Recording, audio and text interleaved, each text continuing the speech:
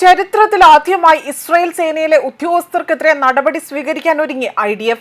October 7-ന് Hamas ഇസ്രായേലിൽ ഭീകരാക്രമണം നടത്തിയതുമായി ബന്ധപ്പെട്ട് കടുത്ത പരാജയങ്ങളുടെ പേരിലാണ് ഇപ്പോൾ ഇസ്രായേൽ പ്രതിരോധ സേനയിലെ മുതിർന്ന ഉദ്യോഗസ്ഥർക്കെതിരെ നടപടി സ്വീകരിക്കാൻ ഒരുങ്ങുന്നത്.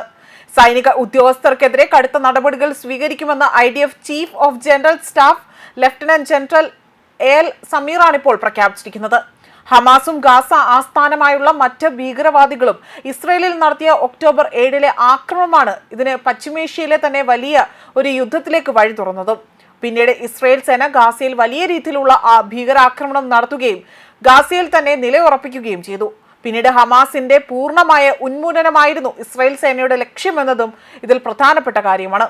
അതിൽ പ്രധാനപ്പെട്ട എല്ലാ ഹമാസ് നേതാക്കളെയും ഇസ്രായേൽ ഇല്ലാതാക്കുകയും ചെയ്തു. എന്നാൽ അന്ന് ഒക്ടോബർ 7-നുണ്ടായ ആക്രമണത്തിൽ ഇസ്രായേലിനുണ്ടായ പരാജയം അവർക്ക് മറികടക്കാൻ സാധിച്ചെങ്കിൽ പോലും അവർ ഉണ്ടാക്കിയ അല്ലെങ്കിൽ ഇത്തരത്തിൽ ഉദ്യോഗസ്ഥർക്കെതിരെ കർശന നടപടി സ്വീകരിക്കണമെന്ന് വ്യക്തമാക്കുകയാണ് പിന്നീട് ചെയ്തത്. അതിന്റെ പശ്ചാത്തലത്തിൽ കൂടിയാണ് ഇപ്പോൾ നടപടി സ്വീകരിക്കുന്നതും.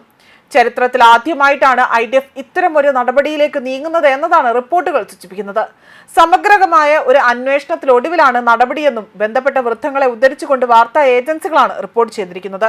ഒക്ടോബർ 7-ന് ഓപ്പറേഷൻ ഇന്റലിജൻസ് അവിടുത്തെ ചുമതല വഹിച്ചവരിൽ ആരോൺ ഹലിവ അതുപോലെ മറ്റ് ഉദ്യോഗസ്ഥരെ ഇതിൽ നിന്നും അവരുടെ സേവനത്തിൽ നിന്നടക്കം നീക്കം ചെയ്യുമെന്നും വ്യക്തമാക്കി. Air force commander major general Tomer Bar, navy കമാൻഡറായ വൈസ് അഡ്മിറൽ ഡോവൽ കൂടിയായ Saar Salama, major general Shlomi എന്നിവർക്കെതിരെ താക്കീതുകൾ നൽകിയതായും വ്യക്തമാക്കുന്നു. മറ്റ് നിരവധി ബ്രിഗേഡിയർ ജനറൽമാരും കേണൽമാരെയും റിസർവ് ഡ്യൂട്ടിയിൽ നിന്ന് ഒഴിവാക്കുകയോ അല്ലെങ്കിൽ നിർബന്ധിത വിരമിക്കൽ നിർദ്ദേശം നൽകുകയോ ചെയ്തിട്ടുണ്ടെന്നാണ് വൃത്തങ്ങൾ സൂചിപ്പിക്കുന്നത്. അതേസമയം ഹമാസും ഗാസ ആസ്ഥാനമായുള്ള മറ്റ് ഭീകരവാദികളും ഇസ്രയേലിൽ നടത്തിയ ഒക്ടോബർ 7-ലെ ആക്രമണത്തിന് പിന്നീട് പശ്ചിമേഷ്യയെ തന്നെ വലിച്ചിഴച്ച വലിയൊരു യുദ്ധത്തിന് വഴി തുറക്കുകയും ചെയ്തു. ഹമാസിന്റെ ആക്രമണത്തിൽ 1200-ലധികം ഇസ്രായേലികൾ കൊല്ലപ്പെടുകയും കൂടാതെ തന്നെ ഏകദേശം 240 പേരെ ബന്ദികളാക്കി ഗാസയിലേക്ക് തട്ടിക്കൊണ്ടുപോവുകയും ചെയ്തു. ഇന്റലിജൻസ് സേനയുടെ മുന്നറിയിപ്പ് സംവിധാനങ്ങൾ, കമാൻഡ് എന്നിവയിലെ വലിയ പരാജയങ്ങളാണ് ഇത്തരമൊരു ആക്രമണം തടയാൻ സാധിക്കാതിരുന്നതിന് പിന്നിലെന്നാണ് അദ്ദേഹം വ്യക്തമാക്കിയിരിക്കുന്നത്.